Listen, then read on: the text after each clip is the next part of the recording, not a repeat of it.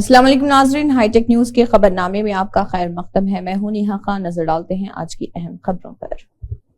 Chief minister Revanth Reddy ने वाज़ेह किया है कि उनकी पार्टी ने गुज़िश्ता असेंबली इंतखाबात में जिले के किसानों से किए गए वादे के मुताबिक निजाम शुगर फैक्ट्री को इस साल 17 सितंबर से पहले हालात में खोल दिया जाएगा।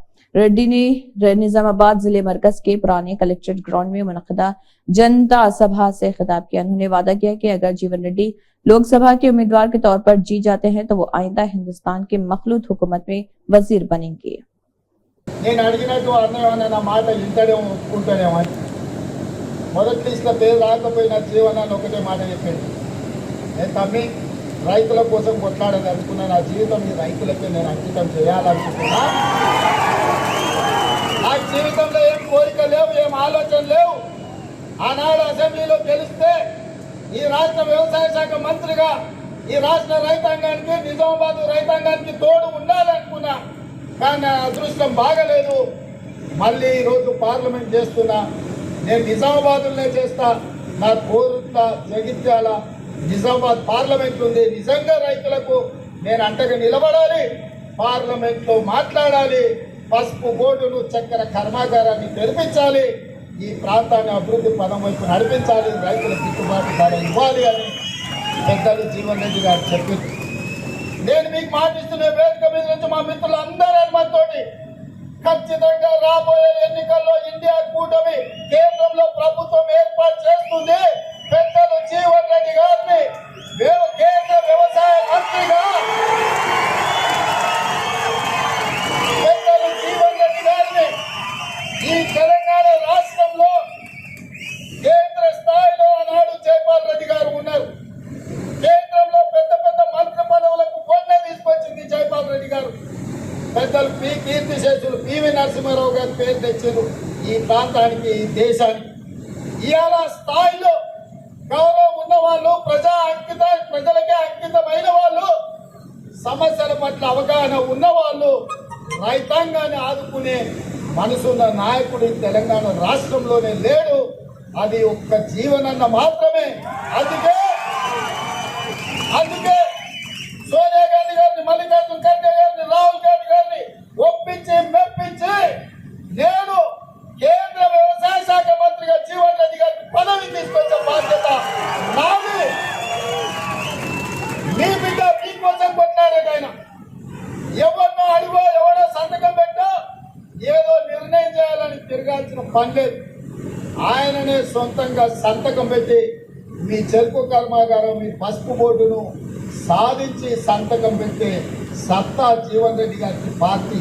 जगतियाल हलके सारंगापुर मंडल पंबाटला कुनपुर बाजीरेड्डी गोवर्धन निजामाबाद एमपी उम्मीदवार जिन्होंने रिचापल्ली गांव में एमएलए डॉक्टर संजय कुमार, साबिक किसान वजीर राजेशम गौड़, दावा वसुंता जेडपी चेयरमैन और साबिक चेयरमैन लोका बापू रेड्डी के साथ इंतखाबी मुहिम में हिस्सा लिया।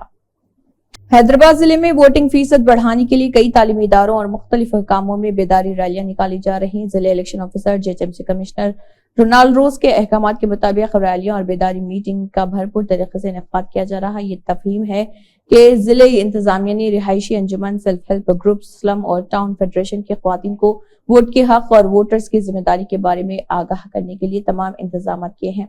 उन्हें इजाजत भी दी है और अपने वोट को सही तरीके से डालने और जमहूरियत में हिस्सा डालने के लिए किसी लालच में आए बगैर आजादाना तौर पर वोट देने की भी अपील की। जेएचएमसी कमिश्नर रोनाल्ड रोज ने हैदराबाद के लोगों से अर्ली बर्ड स्कीम से फायदा उठाने की अपील की है। माली साल 2024-25 के लिए अर्ली बर्ड स्कीम के हिस्से के तौर पर हैदराबाद शहर के यशोदा हॉस्पिटल की मलकियत में मुख्तलिफ इलाकों के 11 अस्पतालों ने इस साल के प्रॉपर्टी टैक्स के लिए 5,11,73,133 रुपए का प्रॉपर्टी टैक्स अदा किया है और 38,55,441 रुपए और 5% छूट के तहत 26,92,790 रुपए की छूट दी गई है। इस मौके पर मालिका ने प्रॉपर्टी टैक्स के चेक कमिश्नर के हवाले किए हैं। चूंकि अर्ली बर्ड स्कीम इस महीने की 30 तारीख को खत्म हो जाएगी, कमिश्नर ने तजवीज दी है कि जिन लोगों ने अभी तक माली साल 2024-25 से मुतालिक प्रॉपर्टी टैक्स अदा नहीं किया है वो फौरी तौर पर टैक्स की रकम अदा करें और 5% छूट हासिल करें। साबिक वजीर बालकुंडा एमएलए वेमुला प्रशांत रेड्डी ने कहा है कि रेवंत ने झूठ बोला कि पिछली हुकूमत ने किसानों की परवाह नहीं की। उन्होंने कहा कि क्या ये कांग्रेस हुकूमत नहीं जिसने गोली चलाई और मुकदमे दर्ज किए जब लाल मकई के किसानों ने वाजिबात की अदायगी के बारे में तशवीश का इजहार किया। उन्होंने कहा कि अगर वाजिबात जमा करते हैं और आग लग जाते हैं। केसीआर हुकूमत ने किसानों को 11 करोड़ वाजिबात अदा की और मुकदमात को गैर मशरू तौर पर खत्म किया। उन्होंने कहा कि ये केसीआर का किसानों से वाबस्तगी और मोहब्बत है। हुजूराबाद के बीआरएस एमएलए कौशिक रेड्डी ने कहा है कि अगर आप हैंडलूम वर्कर्स की हालत देखेंगे तो आपका दिल टूट जाएगा। उन्होंने जमीकुंटा में हैंडलूम सोसाइटी की निगरानी के हिस्से के तौर पर बात की। जमीकुंटा में हैंडलूम के बारे में सोसाइटी की निगरानी में तकरीबन 80 लाख का स्टॉक बाकी है और इसके अलावा हल्के हुजूराबाद की तमाम सोसाइटियों समेत तकरीबन 6 करोड़ का स्टॉक बगैर खरीदा पड़ा है। उन्होंने कहा कि करीमनगर जिले में 15 करोड़ तक का जखीरा है। हुकूमत ने जवाब दिया और फौरी तौर पर जिले के तमाम हैंडलूम कपड़े खरीदने का मुतालबा किया। వాళ్ళ గోడౌన్ కి వచ్చి ఇన్స్పెక్షన్ చేస్తే ఇప్పుడు దాదాపు ఈ ఒక్క గోడౌన్ లోనే దాదాపు 84 లక్షల రూపాయల స్టాక్ ఉన్నది. హుజరాబాద్ నియోజకవర్గం మొత్తం అన్ని సొసైటీలు కలిపితే దాదాపు 6 కోట్ల రూపాయల స్టాక్ హుజరాబాద్ నియోజకవర్గంలో ఉన్నాయి. ఉమ్మడి కరీంనగర్ జిల్లాలో చూస్తే 15 కోట్ల రూపాయల స్టాక్ ఉన్నది. ఇలా వాస్తవంగా చేనేత కార్మికులకు ఇబ్బంది కావద్దని కేసీఆర్ గారు అద్భుతంగా ఆనాడు వీళ్ళకి పని కల్పించి వాళ్ళు వేరే పని చేయలేరు కాబట్టి వాళ్ళకి అద్భుతంగా పని కల్పించి వాళ్ళ స్టాకులు కొనుక్కొని టైం టు టైం వాళ్ళకి పేమెంట్లు వేసే పరిస్థితి ఉండేది. వాళ్ళకి ఆ రోజు దురదృష్టవశాత్తు ఎవరైనా జరిగిపోతే వాళ్ళ కుటుంబానికి ధైర్యం ఉండాలని చేనేత బీమా కింద 5 లక్షల రూపాయలు ఆనాడు కేసీఆర్ గారు ఇచ్చేది. కానీ వాళ్ళ కాంగ్రెస్ ప్రభుత్వం వచ్చిన తర్వాత ఇలా వాళ్ళ బాధ చూస్తా ఉంటే నాకు ఎంతో బాధ అనిపిస్తా ఉంది. ఇలా సరోజక్క నాతో మాట్లాడుతుంది రాగానే కంటి తడి పెట్టుకుంది.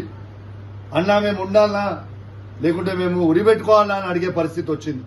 సిగ్గు లేదా అని అడుగుతా ఉన్నాను ఈ కాంగ్రెస్ ప్రభుత్వం. మీరు అన్నం తింటుర్రా మనుషులా దున్నపోతురా అని నేను అడుగుతా ఉన్నాను. ఇలా ఒక్కసారి ఆలోచన చేయండి. ఇలా ఎంత కొవ్వు అంటే నిరోధులు అమ్ముకొని బతకమని ఈ చేనేత కార్మికులకు మీరు చెప్తా ఉంటే ఎంత సిగ్గుచేటు అని చెప్పి నేను అడుగుతా ఉన్నాను. కొవ్వ బల్పా కళ్ళకు కనబడతలేదా? అధికార కొవ్వు ఎక్కిందా మీకు? ఇంత బల్పా చేనేత కార్మికులంటే ఇంత చిన్న చూపుగా చూస్తా ఉన్నారా? ఇవాళ వాస్తవంగా చెప్పాలంటే ఇవాళ వాళ్ళ మంత్రి దగ్గర పోతుంటే సిగ్గుచేటు. ఇవాళ మాకు మా రమేష్ గారు చెప్తా ఉన్నారు, మా మంత్రి అయిన తుమ్మల నాగేశ్వరరావు దగ్గరికి పోతే ఆయన ఏం చెప్తున్నట్టే ఇది నాకు సంబంధం లేని షాకిచ్చిర్రు. पार्लिमानी इंतखाबी मुहिम के हिस्से के तौर पर पेड्डपल्ली पार्लियामेंट बीआरएस के पार्टी के उम्मीदवार कोपला ईश्वर चिन्नूरू के साबिक एमएलए मंचरियाल जिले के बीआरएस के सदर बालका सुमन जिन्होंने चिन्नूरू हलके में संगरनी कोल बेल्ट मडामारी डिवीजन के 5वें माइन पर मुहिम चलाई है। टीबीजी के स्टीयरिंग कमेटी के चेयरमैन निमरियाल राज रेड्डी इस दौरान मौजूद रहे। उन्होंने कोपला ईश्वर से अपील की है कि वो आने वाले इंतखाबात में बीआरएस पार्टी के कार निशान पर वोट देकर भारी अक्सरियत से पार्टी को जिताएं। भारत राष्ट्र समिति के वर्किंग सदर केटीआर ने चवेला लोकसभा के तहत राजेंद्र नगर में मुनक़दा रोड शो में शिरकत की। केटीआर ने कहा, मोदी और एनडीए इत्तेहाद को 400 सीटें नहीं मिल रही। कांग्रेस पार्टी 100 से 150 सीटें भी हासिल नहीं कर पाएगी। मरकज में जो भी इख्तिदार में आए उसे बीआरएस को हमारे पास आने के लिए अच्छी सीटें मिलनी चाहिए। अगर बीआरएस को 8 से 10 सीटें दी जाती हैं तो मरकजी हुकूमत हमारी बात सुनेगी। रंजीत रेड्डी और कोंडा विश्वेश्वर रेड्डी जिन्होंने वहां पर बातचीत की, मुकामी लोगों से और मुलाकात की और बीआरएस के हक में वोट देने की अपील की। Adilabad municipal vice chairman Zaheer Ramzani ने कांग्रेस पार्टी में शमूलियत इख्तियार की है। आदिलाबाद जिले मुस्तकिल के डाइट कॉलेज ग्राउंड में मुनक़दा चीफ मिनिस्टर रेवंत रेड्डी महासभा में रियासती वज़रा और आदिलाबाद असेंबली इंचार्ज कंडी श्रीनिवास रेड्डी की मौजूदगी में municipal vice chairman Zaheer Ramzani ने अपने सैकड़ों हामियों के हमरा कांग्रेस पार्टी में शमूलियत इख्तियार की। चीफ मिनिस्टर रेवंत रेड्डी ने पार्टी खंडवा पहनाते हुए पार्टी में उनका इस्तकबाल किया। क़ब्ल जहीर रमजानी वार्ड नंबर 29 से अपने हामियों के हमरा बहुत बड़ी मोटरसाइकिल रैली के साथ जलसेगाह डाइट ग्राउंड पहुंचे। आदिलाबाद की सियासत में वाइस चेयरमैन जहीर रमजानी शुमार अक़लियतों के एक खत आवर कायद में होता है।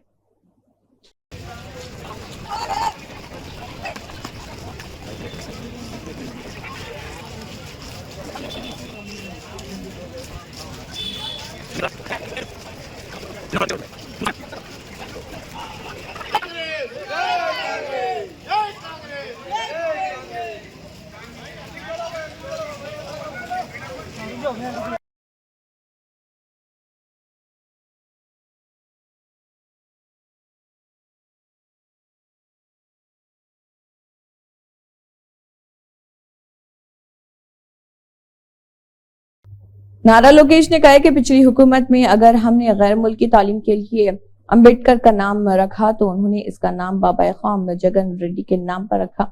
नौजवान लीडर नारा लोकेश ने कहा है कि वो इख्तिदार में वापस आकर गैर मुल्की तालीम का नाम अंबेडकर के नाम पर रखेंगे और तुम्मा पोडी में इंतखाबी मुहिम के हिस्से के तौर पर रचा बंडा प्रोग्राम का इनेकाद किया गया। इस मौके पर नारा लोकेश ने कहा, अगरचे मैं गुज़िश्ता इलेक्शन में हार गया था, मैं मंगलगिरी के लोगों के दिल जीतने के लिए सख्त मेहनत करूंगा।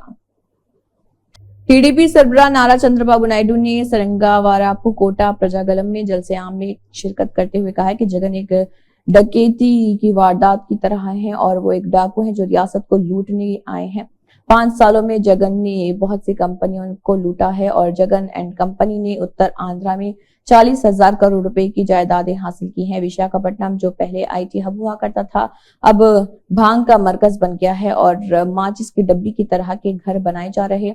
अमीर लोग कहते हैं और जब हम आएंगे तो गरीबों के लिए 3 सेंट जमीन पर घर बनाएंगे।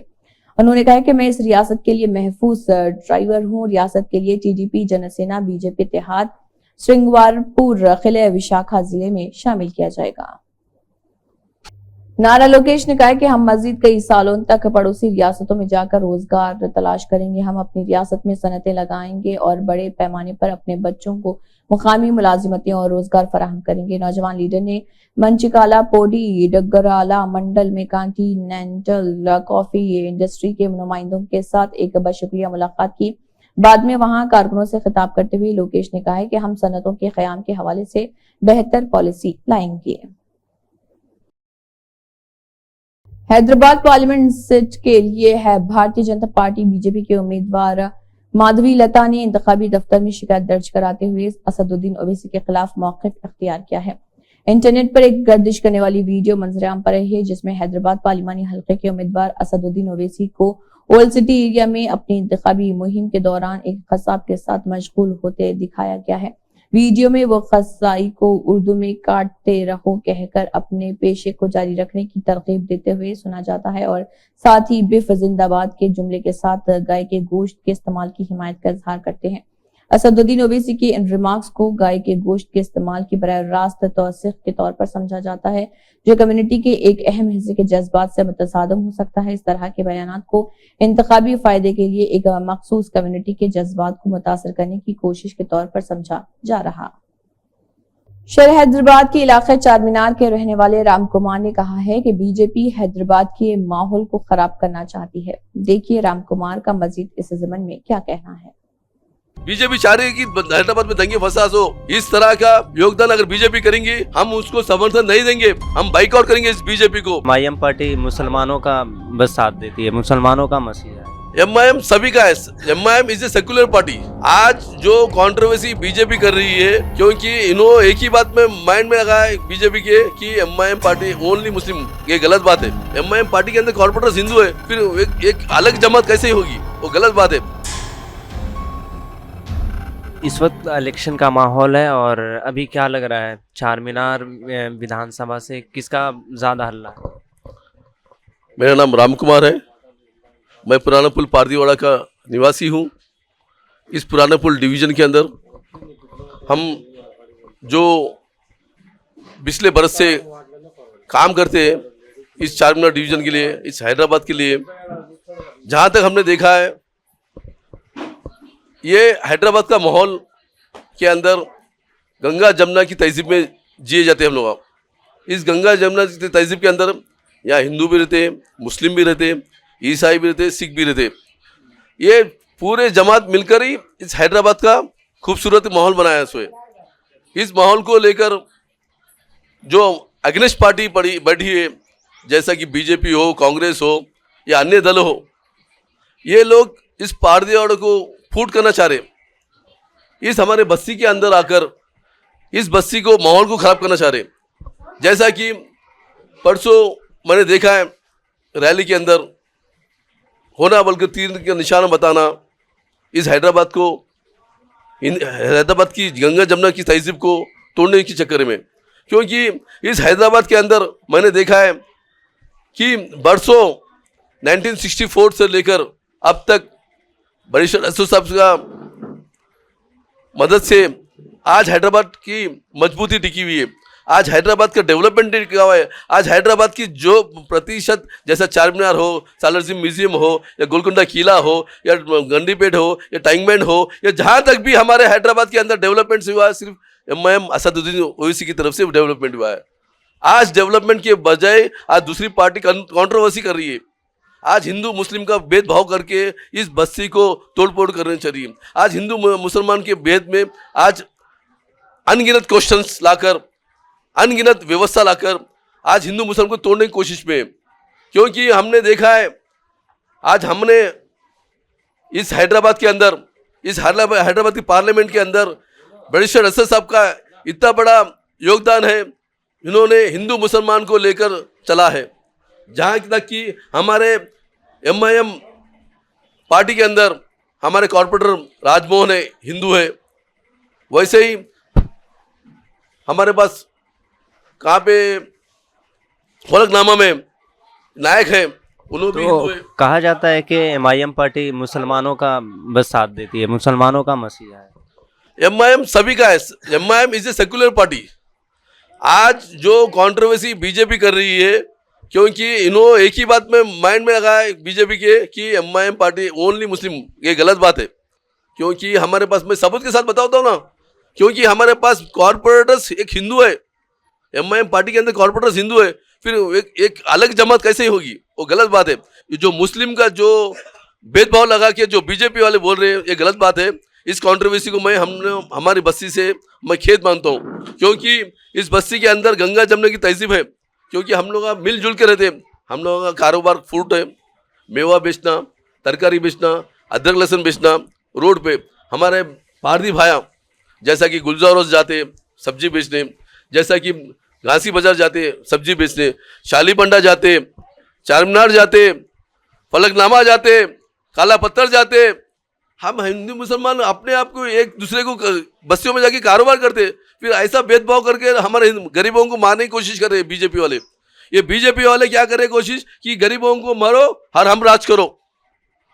बस्ती में आकर हिंदुओं को आकर, नाजायज गरीबों को घर को आकर एक कंट्रोवर्सी लगा के लड़ा के चाह रहे। ये चाह रही है बीजेपी कि हैदराबाद में दंगे हो। बीजेपी चाह रही है कि हैदराबाद में दंगे फसाद हो।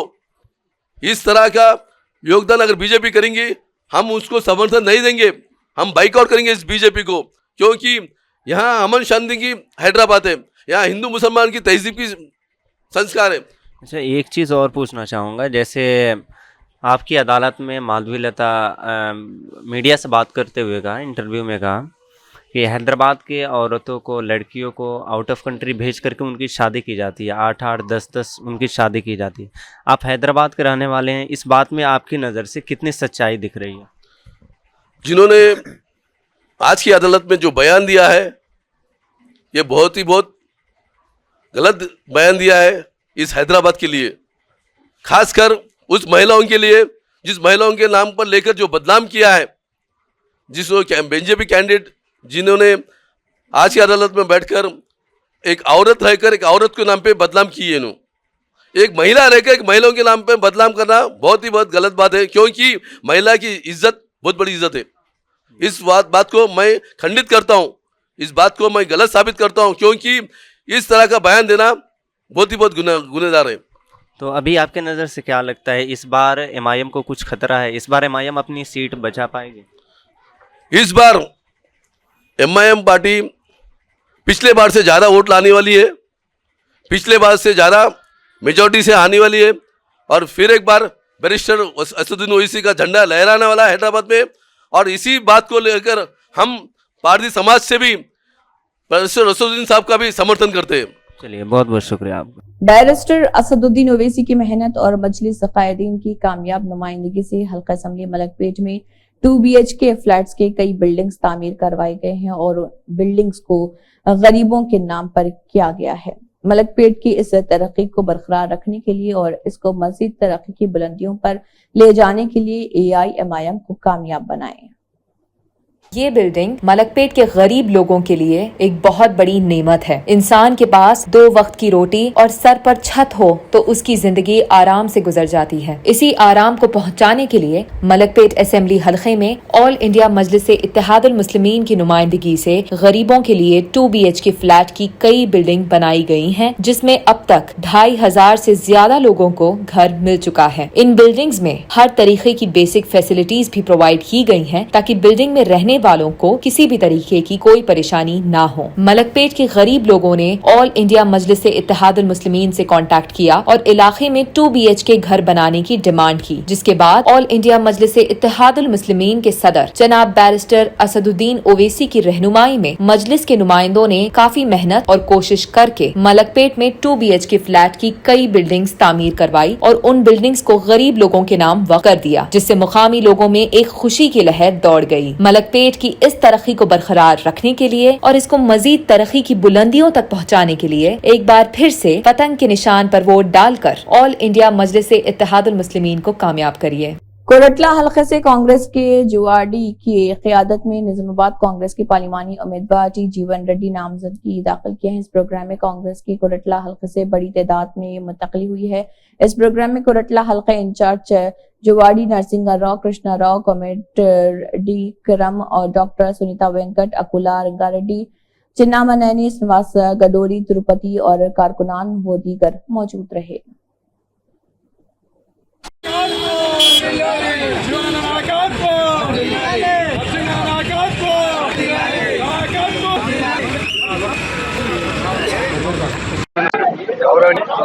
పెద్దలు